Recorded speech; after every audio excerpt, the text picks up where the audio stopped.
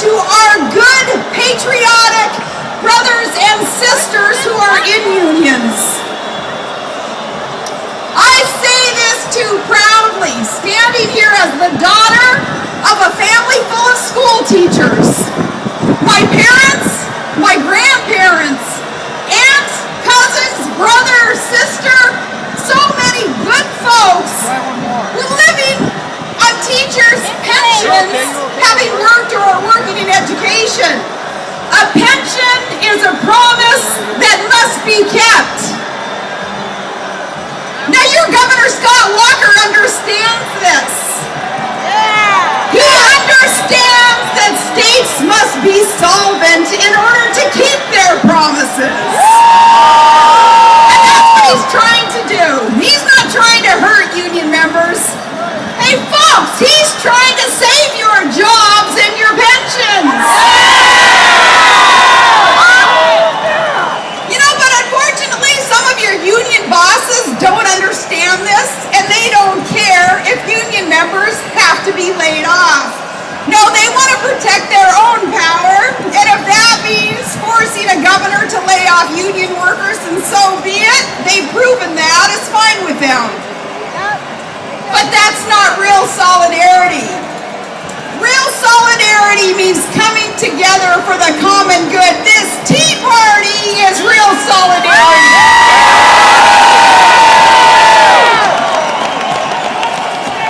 Well, I'm in Madison today because this is where real courage and real integrity can be found.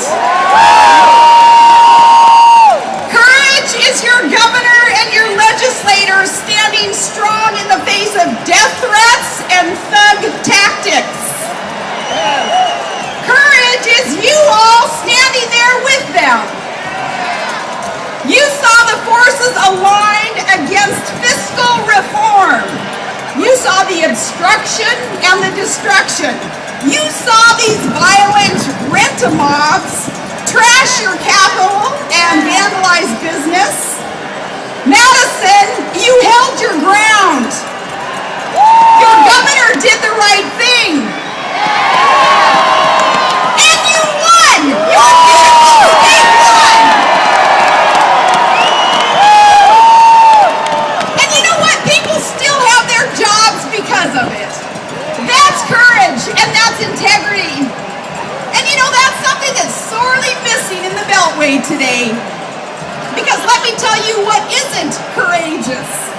It's politicians promising the American voters that as we drown in $14 trillion of debt, that they're going to cut $100 billion out of this year's budget.